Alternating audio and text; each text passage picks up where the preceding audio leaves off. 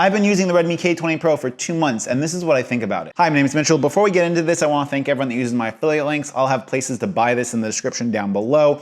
Go ahead, check out my Twitter. It's where I talk about this stuff and interact with you guys. I repost your content on my Instagram, XIAOMItography. You guys know the drill. Always updating the website with interesting stuff that you see on this channel.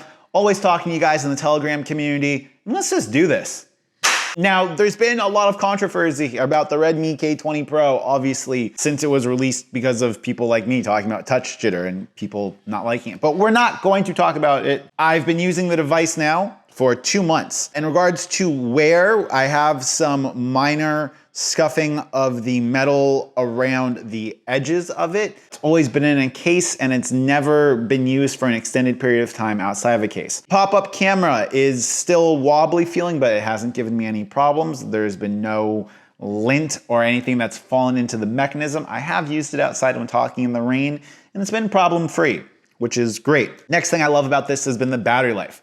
Easily gets me a day and a half, almost 2 days of battery life, and I really like that. With the Android Q update, and I'll be doing another follow-up video about a newer release of Android Q, which has been the Xiaomi EU beta builds for it. Battery life has been great. We're looking at between 7 to 9 hours of screen on time and Wi-Fi time, depending upon if I let this thing fully overcharge, I guess, when I keep it on the charger past 100%.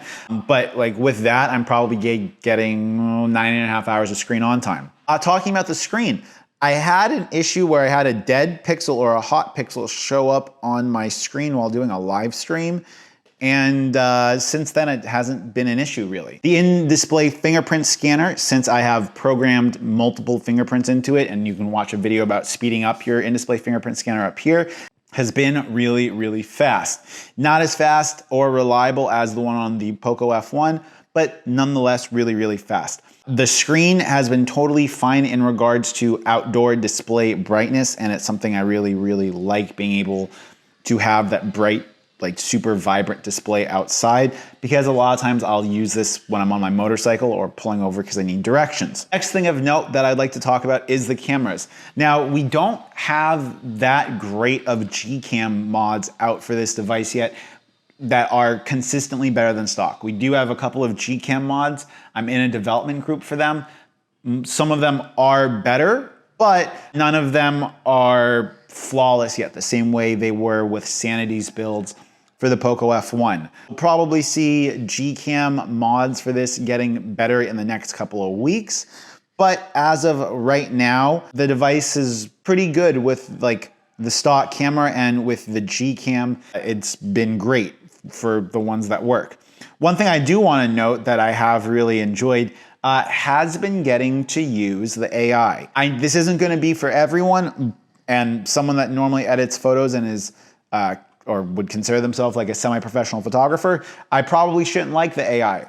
But the AI camera, when I went on a recent trip, just allowed me to take great looking photos, out of the camera. They looked edited, but they were great, and I didn't have to do any editing to them. So that in and of itself has been awesome. On the subject of talking about the camera, we still don't have 4K 60 with EIS, and the 4K 30 with EIS that we do have does have a fair amount of skipped frames. It does seem really herky-jerky, and overall, we just haven't seen that many improvements to the video side of things, and that is something that we could see a big improvement on in regards to software.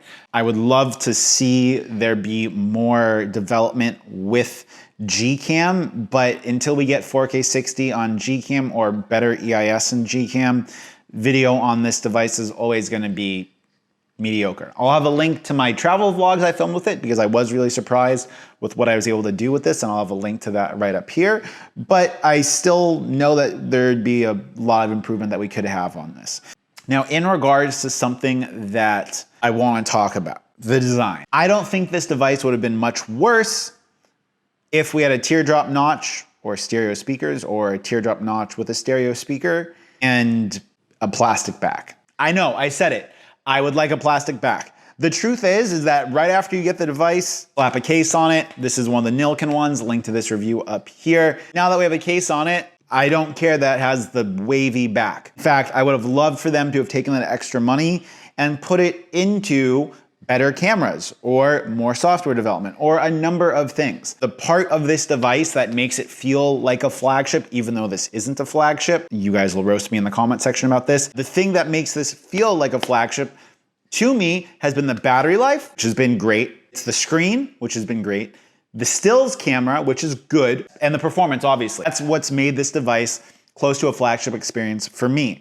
The glass back, the pop-up camera, none of those things do anything for me, and I would have liked to have seen them skip that in favor of giving me more flagship features. Software-wise, right now we have been running Xiaomi EU built on Android Q, and we've been running that now for 2 weeks. And the software experience on Android Q has been more stable, more fluid, and better than it has been on the China builds and on Android 9.0. I really like how much Android Q has just made this a better experience. I like the improvements in battery life, and just overall, Android Q on this is a big upgrade in regards to just polishing and accentuating some of the features. Do I think that this device in many ways was killed by its own hype on the launch? Yes. 2 months out, after seeing how this device is used every day, this is going to give you the same performance or similar performance as most other flagships.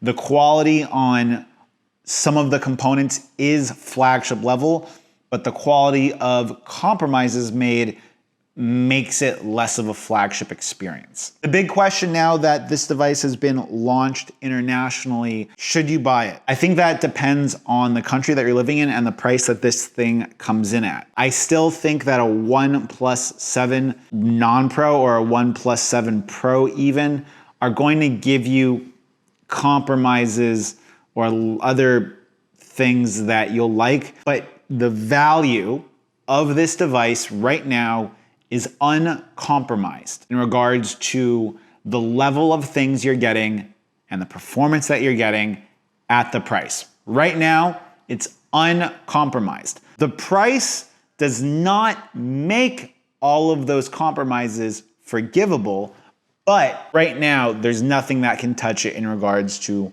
dollar for performance. That doesn't mean that it's a purely performance-driven device. This was meant as a clone of the OnePlus 7 Pro for the Indian market. I have a video about that, link up here. Overall, we're heading towards the fourth quarter of 2019.